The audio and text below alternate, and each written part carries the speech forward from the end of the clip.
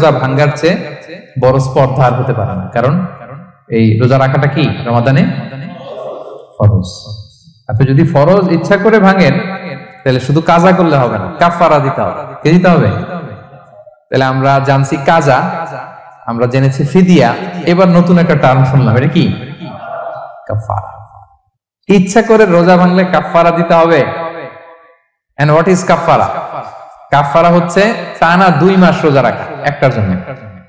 পারবেন? রমজানেরটা রাখতে তো খবর হয়ে যায়, কি বলেন? ইচ্ছা করে যদি কেউ রোজা ভাঙে তার কাজা কাফারা দুইটাই লাগবে। কাজা মানে কি? একটা রোজার জন্য একটা রাখা, আর কাফারা 2 মাস 60টা রোজা রাখা। 60 খবর আছে। কিন্তু আপনি ইচ্ছা করে যদি রোজা ভাঙেন, এর জন্য কাজা করলেন, একটা 60টা রাখলেন, মোট 61টা রাখার পরেও রমাদানের যে রোজা, এটার ফজিলত কি আপনি পাবেন? এটা আপনি পাবেন না। এটা বড্ড ভয়ঙ্কর। আমরা যেন ইচ্ছা করে কেউ রোজা না ভাঙি। এই ইচ্ছা করে যদি কেউ রোজা ভাঙে অথবা ইচ্ছা করে দিনের বেলায় যদি কেউ ফিজিক্যাল ইন্টারকোর্স করে, তখন তার কাজাও করা লাগবে, কাফারাও করা লাগবে। এই ভুল যেন আমরা কখনো না করি, মনে থাকবে। এবার একটা মজার হাদিস শোনেন, সহিহ বুখারী।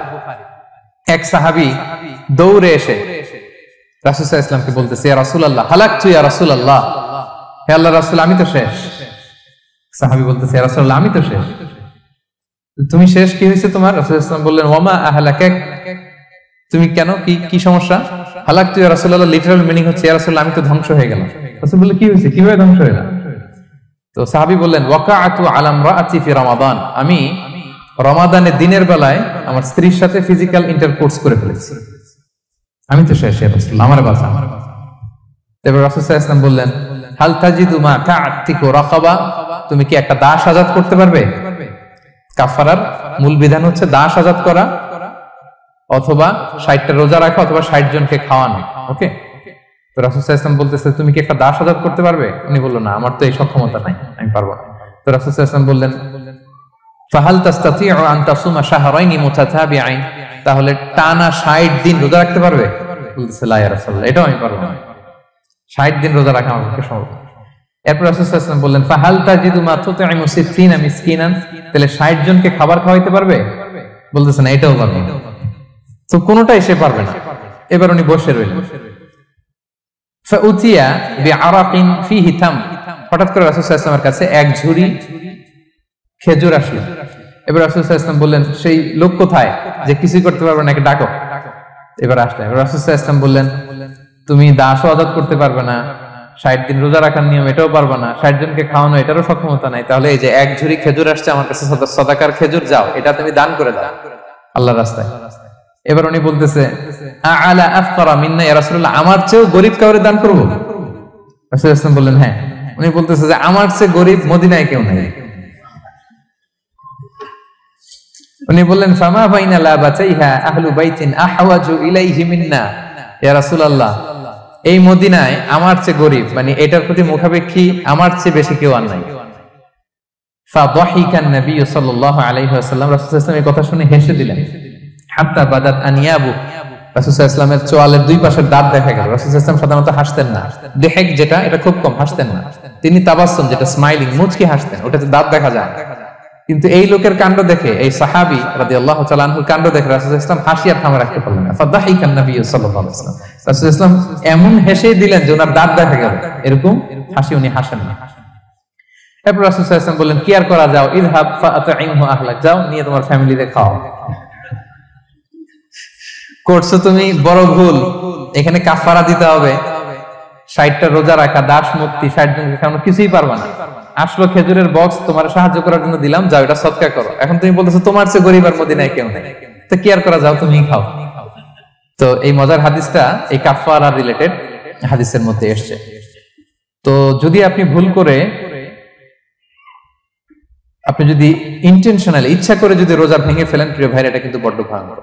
এটার জন্য আপনার কাফারা দিতে হবে, 60টা রোজা রাখতে হবে। এটা যদি না পারেন 60 জনকে খাওয়াতে হবে। কোনোটাই তো সহজ না, কি বলেন? অনেক ব্যয় সাপেক্ষ। গেল 3টা গেল। আর কি করলে রোজা ভেঙে যায়? ইচ্ছা করে যদি বমি করে রোজা ভেঙে যাবে, তবে অনিচ্ছা সত্ত্বে বমি আসলে রোজা ভাঙে। ক্লিয়ার? রাসূলুল্লাহ সাল্লাল্লাহু আলাইহি ওয়াসাল্লাম বলেছেন, মান দারাআহুল কাইউ আই গালাবাহু ফালাইসা আলাইহি কাদা। কেউ যদি অনিচ্ছাকৃত বমি আসে কাজা করা লাগবে না। ওমান ইস্তাকা, কেউ যদি ইচ্ছা করে বমি করে আমদান ফালইয়াকদি, সেজন্য এই রোজাটা কাজা করে। আচ্ছা, 5 নাম্বার হচ্ছে আল ইস্তিমনা মানে মাস্টারবেশন, হস্তমৈথুনের মাধ্যমে কেউ যদি সিমেন আউট করে তাহলে তার রোজা ভেঙে যাবে এবং এটার জন্য কাজা কাফারা দুইটাই লাগবে। 6 নাম্বার স্মোকিং। স্মোকিং যদি রমাদানে কেউ করে রোজা কিন্তু শেষ।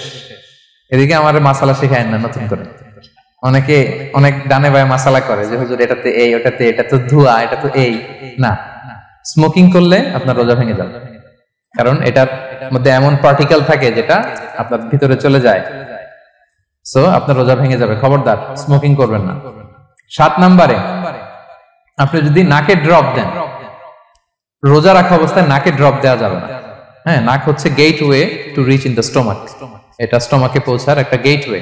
আপনি নাকে ড্রপ দিলে দেখবেন কিছুক্ষণ পরে গলায় একটা তেতো তেতো ভাব অনুভব হয়, আস্তে করে এটা স্টোমাকে চলে যায়, আপনার রোজা ভেঙে যাবে। নাকের ড্রপ এটা রাতে সন্ধ্যা থেকে শুরু করে সাহুর খাওয়া পর্যন্ত। আচ্ছা, এজন্য রমাদানে কিন্তু ওযু করার সময় নাকে পানি দিতে সাবধান। হ্যাঁ, ফরজ গোসলের সময় নাকে পানি দিতে সাবধান, খুব বেশি ইস্তেনশাক করা যাবে। দ্বিতীয় পয়েন্টও শেষ, কি কি করলে রোজা ভেঙে যাবে। এই পয়েন্টটা ক্লিয়ার হয়েছে সবার? সবাই বলে নাই, ক্লিয়ার হয়েছে সবার? বুঝতে পারছেন না? একেবারে ক্লিয়ার, ডাইজেস্ট হয়ে গেছে? হ্যাঁ, হয়ে গেছে, আলহামদুলিল্লাহ। ঠিক আছে, এবার লাস্ট পয়েন্ট আমরা চলে যাই। কিছু কিছু ব্যাপার আছে যেগুলোতে রোজা ভাঙে না, কিন্তু আমাদের মধ্যে ব্যাপক সংশয় তৈরি হয়, কনফিউশন তৈরি হয় যে আসলে কি রোজাটা ভাঙলো কিনা। সেগুলো কি আমরা এবার সেগুলো শুনবো। 3 নাম্বার সাব পয়েন্টটা তো ক্লিয়ার যে কিছু কিছু কাজ আছে যেগুলো করলে আসলে রোজা ভাঙে না। Things or actions that don't invalidate the fast, এটা আপনার রোজা ভাঙবে না। সেগুলো কি?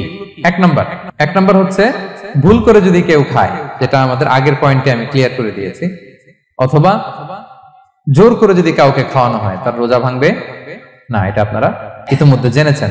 একটা হাদিস শুনে সহিহ বুখারী, রাসূল সাল্লাল্লাহু আলাইহি ওয়াসাল্লাম বলেছেন, মান নাসিয়া ওয়া হুয়া সাইম ফাআকালা আও শারিবা, রোজা অবস্থায় কেউ যদি ভুল করে খেয়ে ফেলে, ফালিউতিম্মা সাওমা, সেজন্য তার রোজা পূর্ণ করে। তার রোজা ভেঙে গেছে মনে করে সেজন্য খাওয়া শুরু না করে, সেজন্য রোজা পূর্ণ করে। কারণ ফাইন্নামা আতআমাহুল্লাহু ওয়া সাখা, কারণ আল্লাহই তাকে খাইয়েছে, আল্লাহই তাকে পান করিয়েছে। কিন্তু ভুল করে খেয়ে ফেলছে, এটা তো আপনার হাতে ছিল না। তাহলে ভুল করে খেলে তার রোজা ভাঙবে না, কাজা কাফারা কিছুই লাগবে না, জাস্ট ইউ কন্টিনিউ ইউর সিয়াম। ওকে।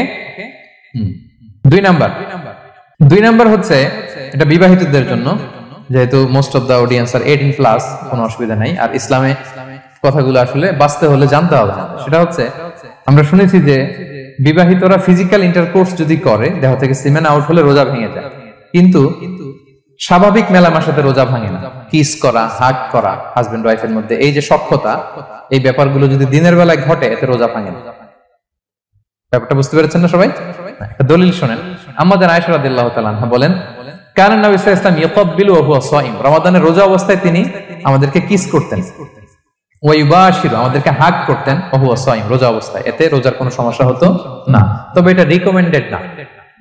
স্বামী স্ত্রীর একান্ত মেলামেশা দিনের বেলা রিকমেন্ডেড না, কারণ এটা থেকে সে সেক্সুয়ালি এক্সাইটমেন্টের দিকে চলে যেতে পারে, ফলে ভুল করে সে এমন কাজ করে ফেলতে পারে যেটাতে তার রোজাটাই ভেঙে যাবে। আর ইচ্ছা করে রোজা ভাঙলে কি করতে হয়? কাজাও কাফারাও, খবর আছে না? সেজন্য এটা খেয়াল রাখতে হবে। 3 নাম্বার, এটাকে আরবিতে বলে আল ইহতিলাম, ওয়েট ড্রিম, বাংলায় বলে স্বপ্ন দোষ। ঘুমের মধ্যে এমন কিছু দেখলেন ফলে আপনার সিমেন আউট হলো, আপনার রোজা ভাঙবে না, কারণ এটা কি ইচ্ছা করে করছেন আপনি? এটা কার হাতে? আল্লাহর হাতে। এতে রোজা ভাঙে না, শুধু আপনি ঘুম থেকে উঠে ফরজ গোসলটা করে নিলেই হবে। প্রিয় ভাইরা, মুসলিম কমিউনিটির ভাইরা, কথা কি বুঝতে পারতেছেন? আচ্ছা, 4 নাম্বার হচ্ছে ব্লাড টেস্ট। অনেকে বলে যে হুজুর ব্লাড টেস্ট করা যাবে কিনা রমাদানে? ব্লাড টেস্ট করা যাবে। ব্লাড টেস্ট করলে রোজা ভাঙে না, এটা খুবই জরুরি একটা মাসালা, প্রায় আমাদের লাগে। 1-2 সিরিঞ্জ ব্লাড নিলে ভাঙে না। তবে যদি অনেক বেশি অ্যামাউন্টের ব্লাড নেয়, এতে যদি আপনি ক্লান্ত হয়ে পড়েন, সেক্ষেত্রে আপনি রোজা ভাঙতে পারবেন, পরে কাজা করলে হবে। 5 নাম্বার হচ্ছে অনিচ্ছাকৃত বমি।